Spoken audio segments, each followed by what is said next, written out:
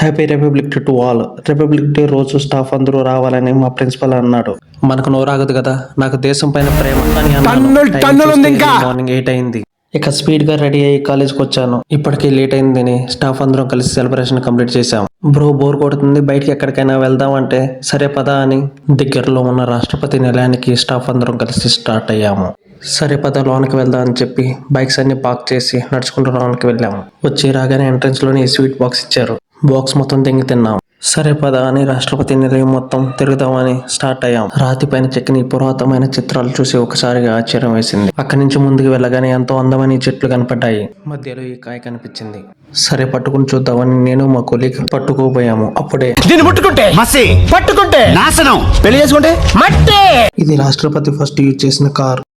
ఒక్కసారి కార్ చుట్టూ ఒక రౌండ్ వేసాము. ఫైనల్లీ మా కొలీగ్స్ అందరూ కలిసి గ్రూప్ ఫోటోకి స్టిల్ ఇచ్చాము. ఆకలి వేస్తుందని చెప్పి దగ్గరలో ఉన్న రెస్టారెంట్కి వెళ్ళాం. ఎక్కడికి వెళ్ళినా మనకి సోకు తగ్గదుగా. ఆర్డర్ ఇచ్చిన 5 minutes లోనే గుమగుమలాడే బిర్యానీ తెచ్చాడు.